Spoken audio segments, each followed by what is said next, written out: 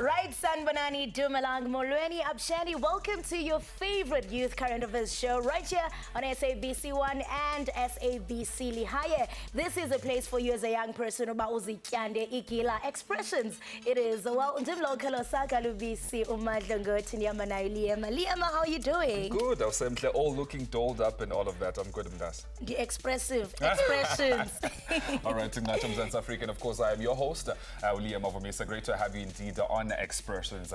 Now, it is today's topic, rather, we're looking at the financially embattled National Student Financial Aid Schemes crisis, which is the focus of Wengobo Yetu and Amhlanje. Now, we're definitely coming to you live and direct from our Auckland Park studios in Johannesburg. Now, the funding scheme has recently been plagued by issues after its CEO was fired for irregular procurement, while students struggle to get their allowances due to problems with its new direct payment system, amongst other issues. Now, as you can imagine, thousands of qualifying, and I really mean thousands of qualifying students, have had to endure inhumane living conditions and even mental pressures that have had a negative impact on their studies, whilst mounting reports and allegations of millions of rands being awarded to ghost beneficiaries. It is indeed a dire situation that honestly needs urgent response. Now, we have amazing guests this evening to, of course, help us unpack this discussion. But first, our producers, Sekhofa Tumakholejo and Azaria Koza, went to the streets of Johannesburg to speak to students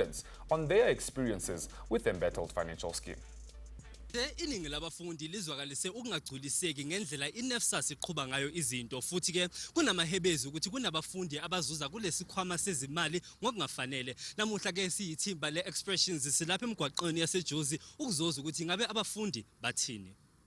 NSFAS is giving problems to many students aba rely ku NSFAS, because abanye bahlale the whole inyanga ezininzi bengafumani ama-allowance, abanye bestrugglisha ukubhatala i-accommodation, yabo. So le ndaba yama-ghost accounts andikho sure ngayo, mhlawumbi imali nje edliweyo ngabo abantu baphethe u-NSFAS. What I have a problem with is the new payment system that was introduced this second semester, because it was really a disadvantage to a lot of students. Many people didn't get their money and the bank charges are insane. Ngingasho le nto kanjalo because abantu abaningi manje abantu abaningi basebenzisa izinto njengoba sibaveza ugogo ukuthi like yena umuntu aba-dependent kuyena.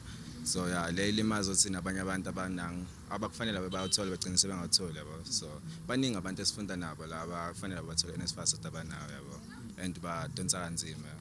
NSFAS has been kind of troubling to students because ever since these systems that distribute money to students, there has been problems regarding like the distribution of money. So we have been getting our allowances for a while. So many students are even depressed as we speak right now. But I mean, we can't also turn a blind eye to the apparent inefficiencies of NSFAS. We do see that there are people who are being fired, there are people being investigated for some apparent reasons, and I think it just goes to show that NSFAS is losing its founding values and its founding objectives. And I think to sort issues such as those that you're mentioning about students getting late allowances and students getting defunded during the year, I think NSFAS should go back to its essence, its beginning. Well, there you have it, Mbugeli Expressions. Those are interesting comments coming through from the people on the street, really talking about the embattled financial scheme and obviously what has been happening, particularly to students. Now, let us make this clear that as in Ngoboyi Expressions, we did extend an invitation to the NSFAS itself, particularly the spokesperson, and unfortunately, you may guess it right, they decided to dump us on at the last minute. But I guess the conversation shall continue, and it will continue because I have in studio with me Asi Vedlanjwa, who is from the South African Union of Students, and also Ogatlejo is joining us here. Now, he is from the WITS SRC, that is Karabo, rather, beg your pardon, Karabo Matlocha. Gentlemen, thank you for joining us on the show.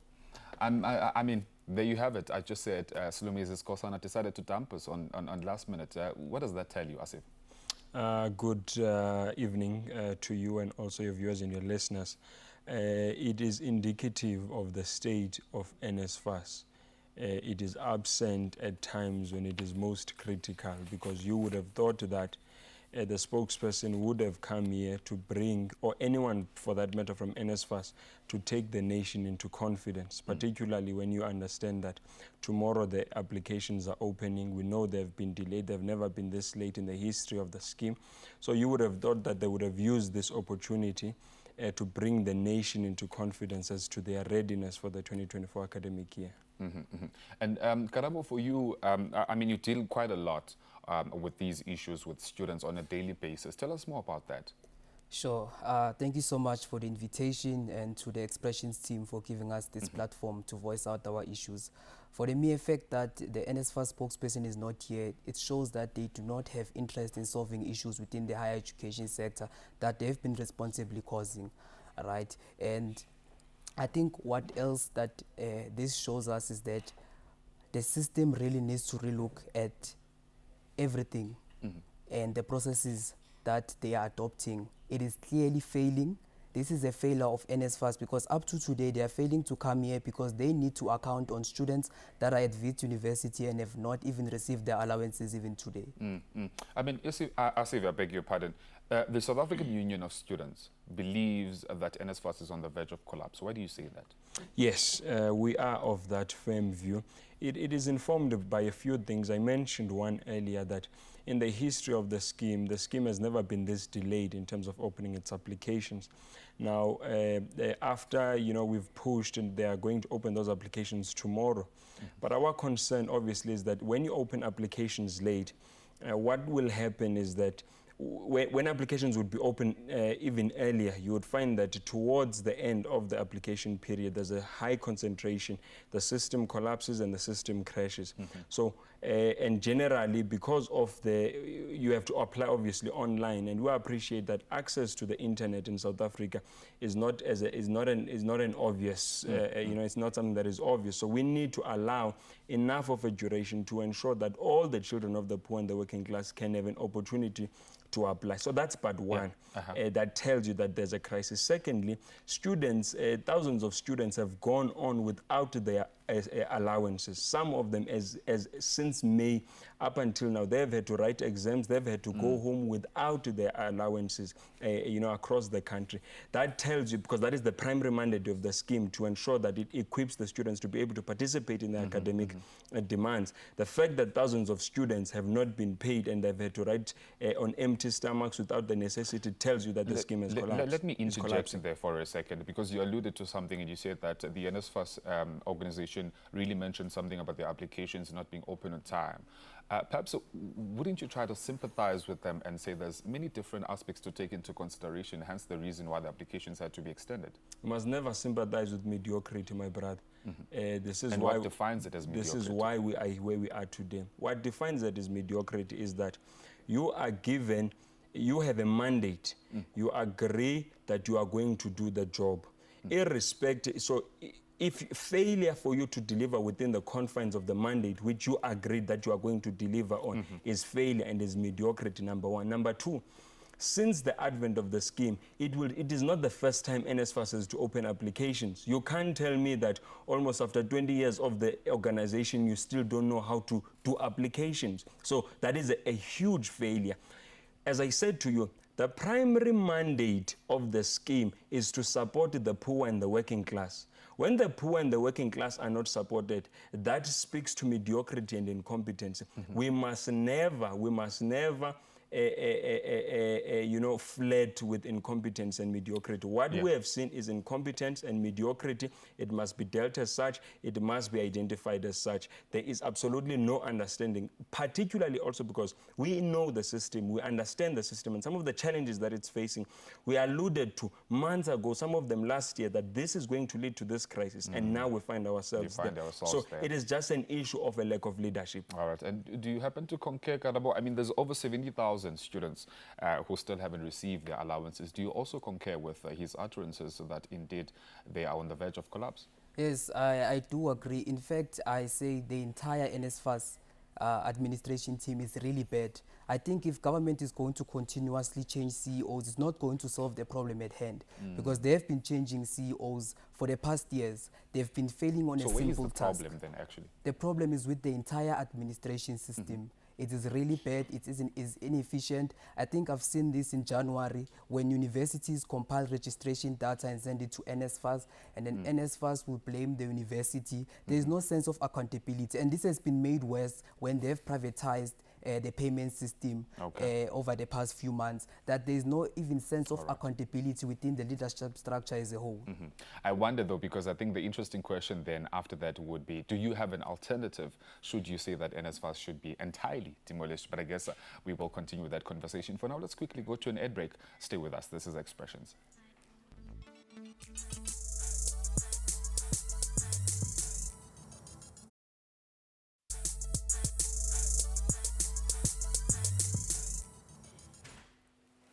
Welcome back. You are still watching your #1 youth show right here on SABC 1 and SABC Lihaye. Expressions is the name of the show. And of course, we are putting a spotlight on the NSFAS and some of the challenges that students have to go through. Is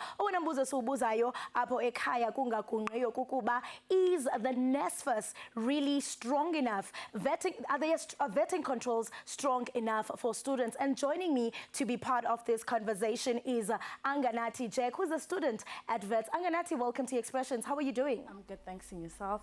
So grateful to be given this opportunity to express my frustrations with the NSFAS, seeing as also that I'm an NSFAS beneficiary myself.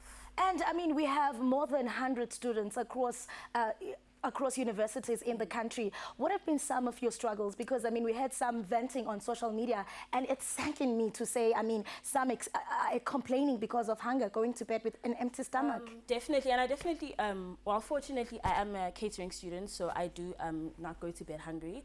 But in terms of the allowances, it's quite distraught in terms of the vetting processes, particularly because as a catering student, we haven't received our allowances since May as well. And now the academic year has come to an end, and even still we haven't received our allowances. The only thing NSFAS is good at doing is just sending us emails or messages rather, telling us that there's a failure in their system, and then that ends it in terms of their communication. When you call, no responses as well. So it's been extremely, extremely frustrating to the least. And even when you go to the offices and you try to speak to people, at the end of the day, when you speak to these SRC people, we need to understand that they're student representatives and their role only goes so much. And I think the important part is to be able to hold the NSFAS people accountable, which unfortunately we can't be able to reach. They are not here today. And Definitely. I mean, it looks like we are having promises without actions. We know that tomorrow, the Higher Minister of Education, Mnumzana Blade Nzimande, will have a media briefing. What are your expectations? Do you hope that maybe from the media briefing we'll have a go-ahead? I don't know. I think I'm hopeful that maybe there will be a go-ahead, but also at the same time, I'm very concerned that we're having this conversation so late on in the year. I heard one of the speakers speak about how the NSFAS applications are only going to be opened tomorrow, and specifically considering, even in the WITS context, that going into the next year, the academic year is starting early, the fact that we're having these conversations this late, and also considering that there's a lot of students who are rather beneficiaries or rather dependent on NSFAS to actually even register and even to accept offers from these tertiaries and these universities and these colleges.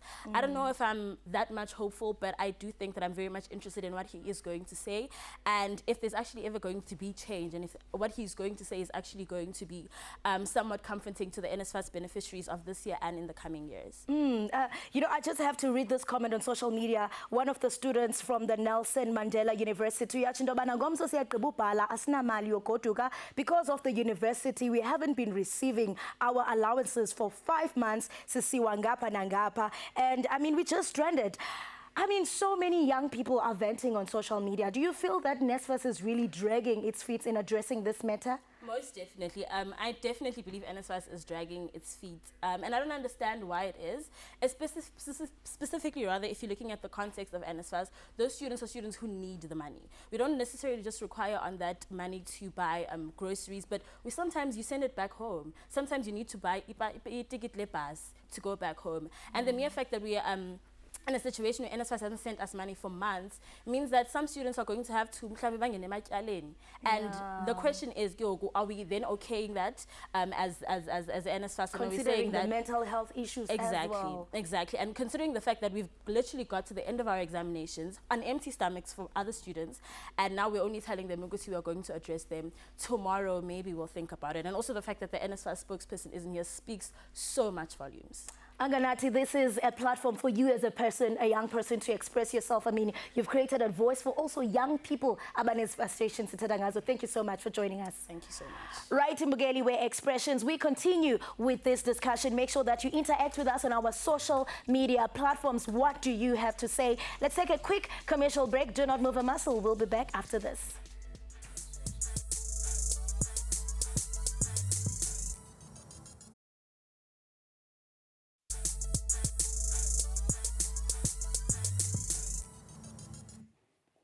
Welcome back in Bugedi Expressions. Thanks so very much for staying with us right here on SABC 1. As we continue to have a conversation really about the NSFAS crisis, and like I did say, we are still joined by Ukarabo and also Asive. Karabo, before the ad break, we were speaking about, if you say then that they should be demolished, NSFAS, what is the alternative according to your understanding? To my understanding, what I would really propose is that if government, particularly the President of the Republic, does not take this issue seriously, then we are going to find ourselves in a situation where the vast majority of students from communities that are disadvantaged taking things to their own hands. But what I would rather propose is that government has a task team that comprises of former SRC leaders, current SRC leaders, that are going to look at an intervention strategy to look at NSFAS policies. But would you be aware then that during that entire establishment of that process, students will still not have money? They will still be without money. So how about, I guess it's just a question that I'm trying to understand, how about we actually fix?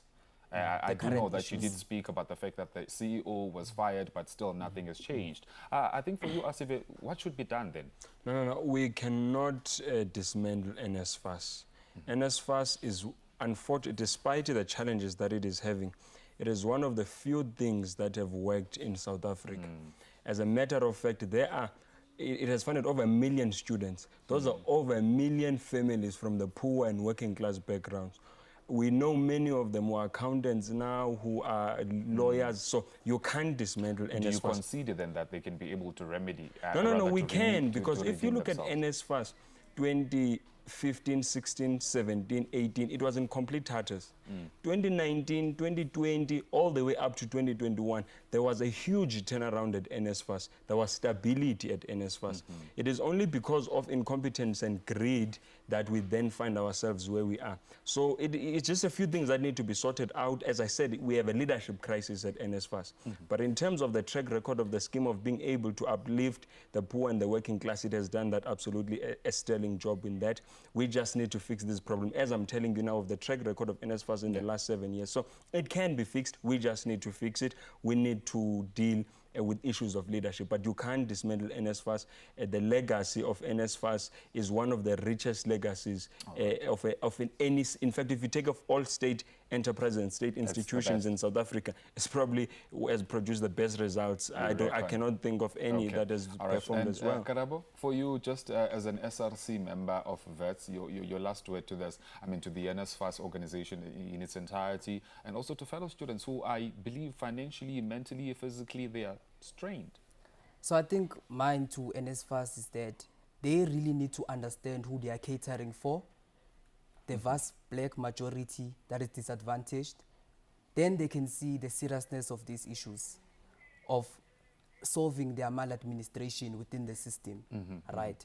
Right now as SLC, we are going to try our best to make sure that we support the students through the university, of course, but we still do say that the NSFAS people must be held accountable, and government needs to intervene urgently, so because this is a burning issue. I can tell you in January who are still going to face the same issues. same problems. Then now we need an urgent intervention, not just words or press briefings and empty promises which are not based on the actual stats that are happening on the ground. In the actual campuses. Exactly. Absolutely. I do reckon that you make a very valid point there.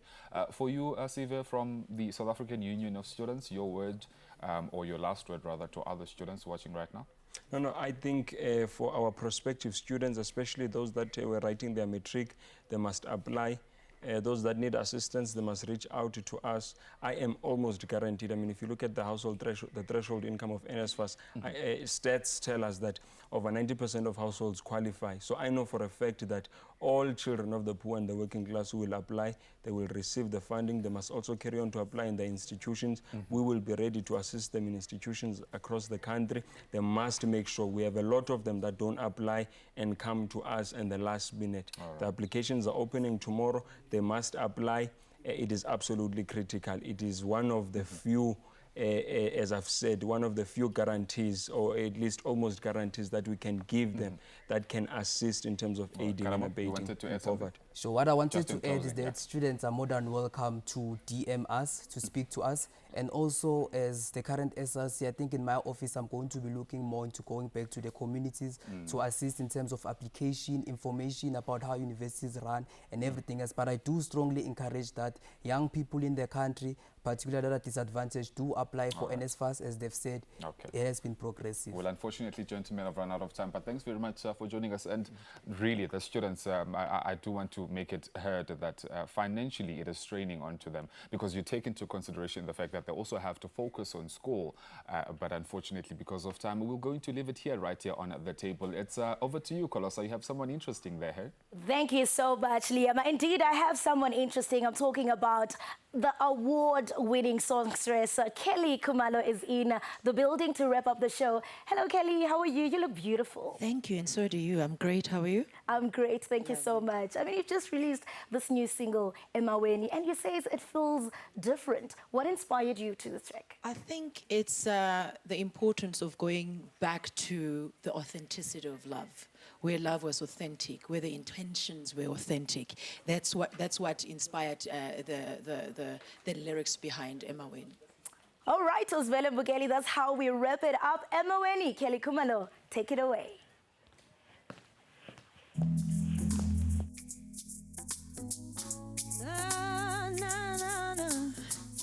Dali wami ukushona kwelanga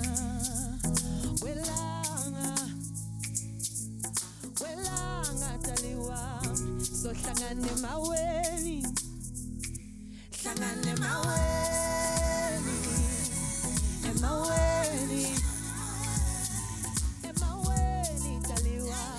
sohlangane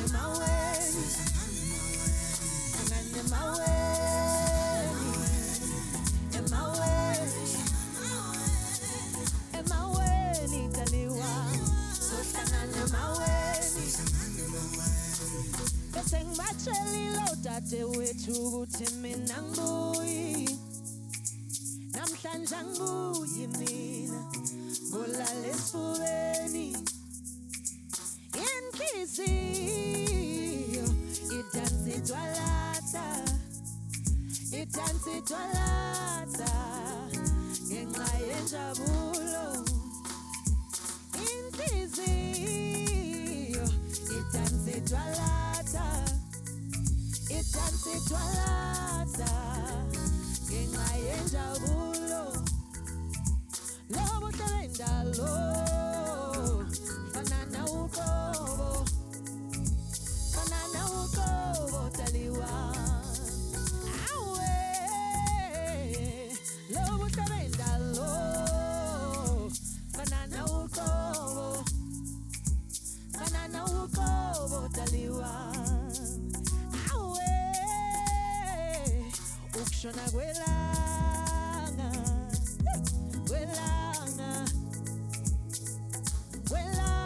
daliwa sohlangane maweni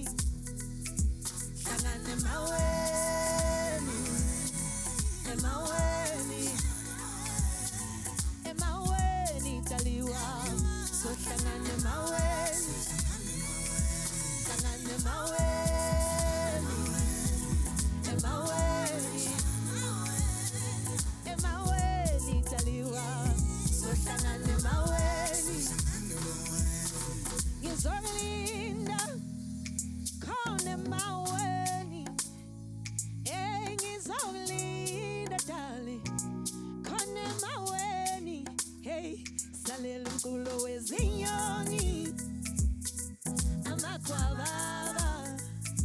noma ngaba majuba othando wendize mawili milanga ushawa usangisi dali vele ngivuke umona imilo mela kabuleweni basethamba milanga ushawa usangisi dali vele ngivuke umona imilo mela kabuleweni ukushona kwelanga kwelanga taliwa sohlangane maweni hlangane maweni emaweni taliwa sohlangane maweni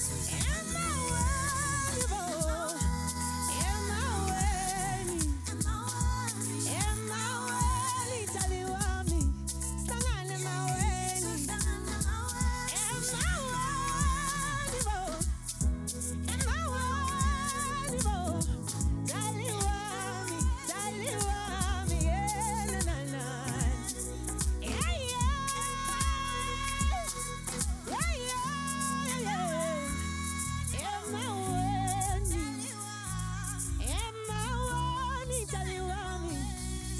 Emma,